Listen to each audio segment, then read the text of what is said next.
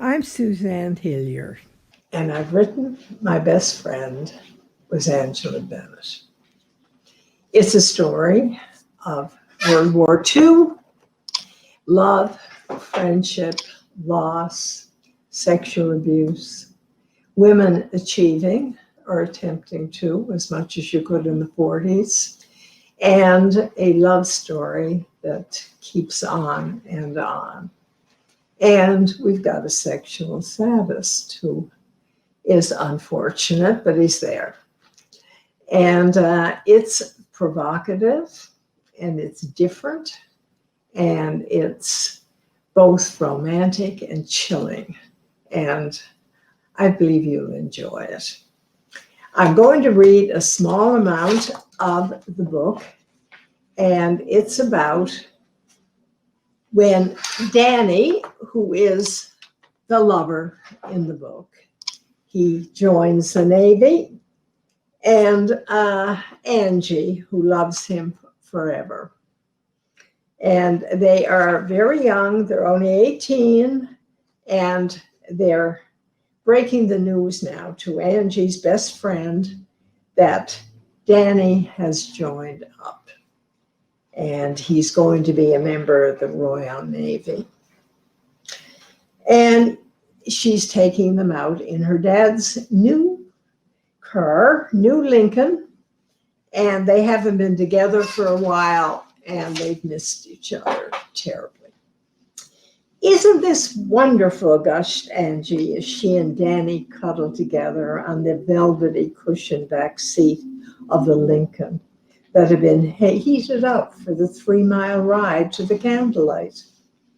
When I make money, I'll buy you one just like this. You'd look some good behind the wheel of a Lincoln, a nice blue one.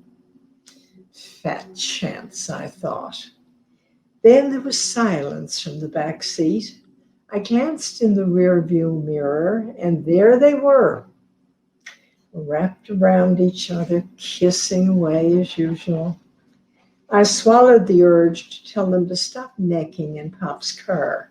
After all, I'd refused to cooperate since Danny's scary exit at the end of what I always thought of as their kitchen counter screw. So I knew they were starved for each other. When they got out of the car outside the Candlelight, I noticed Danny adjusting his pants that bulged suspiciously in the crotch area. No respect, I thought crossly. Imagine getting a hurt on in the back of Pop's new Lincoln. This was an expression Angie had heard from Danny and repeated to me. I shot Angie a dirty look, but she was too busy beaming at Danny to notice. We settled ourselves in a booth and ordered hot turkey sandwiches on white with gravy and French fries on the side. The restaurant was filled with servicemen on leave, a lot of Navy boys and the occasional officer from Fort Pepperell. We want you to be the first to know, said Angie. Danny and me. We've talked about it a lot, and Danny believes he's getting nowhere fast. Nowhere fast, echoed Danny, lighting one of his cigarettes and then exhaling thin blue smoke. If he joins up, they'll put him through school. When he gets out, they'll have lots of programs for ex-servicemen. I've joined up, interrupted Danny, enlisted in the Royal Canadian Navy.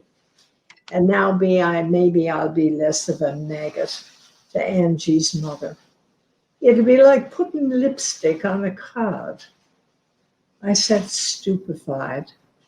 Were they forgetting Dieppe? Danny was just 3 months past 18. Of course, I'm taking for granted that I'll be getting out. I watched him move restlessly on the wooden seat of the booth. He did realize the danger, but I don't believe Angie did. She was not strong on reality, Angie, although I noticed her giving Danny an occasional anxious glance. We're engaged. It was a tiny ring with a stone the size of a pinprick. Got lucky at poker, and Silvers had a serviceman special. He had read my mind. was uneducated, but had a certain intuitive shrewdness that placed him ahead of both of us.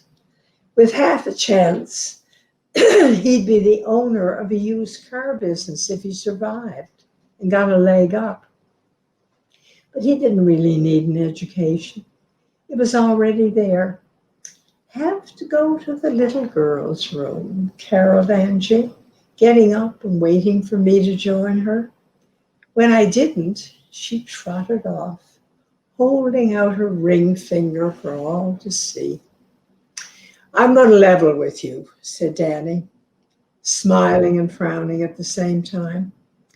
It crossed my mind that many of his lines came from a series of gangster B movies that were usually shown at the Nickel or Majestics, the town's worst theaters.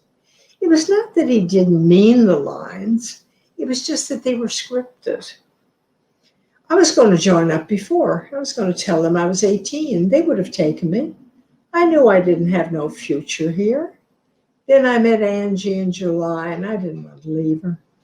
She's not like you. In some ways, she's a little girl. She really needs me to take care of her. If anything happens, I want you to take over and help her.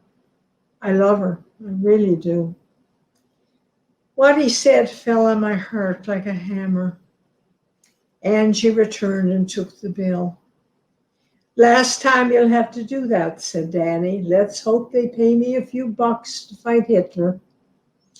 We left the candlelight and settled ourselves in Pop's Lincoln again. I said, I'm going to park down by the harbor. I have a headache from all the smoke in the restaurant, and I have to take a walk. Maybe you two can find something to do while I'm gone. There was a silence, and I felt Angie's hand squeezing my shoulder, and when I turned around, Danny winked.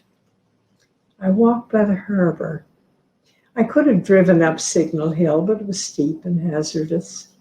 Back in the car, Danny was inside Angie, unprotected as usual, and she was letting loose the cooing doves trapped in her throat. And the back seat of Pop's Lincoln was being baptized with pure, undiluted, unrestrained lover lust, really a mixture of both. There was a gray steel majestic warship docked near the wharves, and the seamen were walking up and down the gangplank. Up on the brow, the small shacks of Evans and his kind shone deeply from the snow-covered hills with a small, stunted spruce poking through. I breathed in the harsh urine stench of the icy gray water. I wondered hazily if Danny knew why he was risking his life. Was it to wipe out a blur of goose-stepping soldiers under a swastika that we saw before the main feature began? Or had he heard any of Churchill's speeches? Perhaps he understood more than he let on. Danny was full of surprises. Thank you.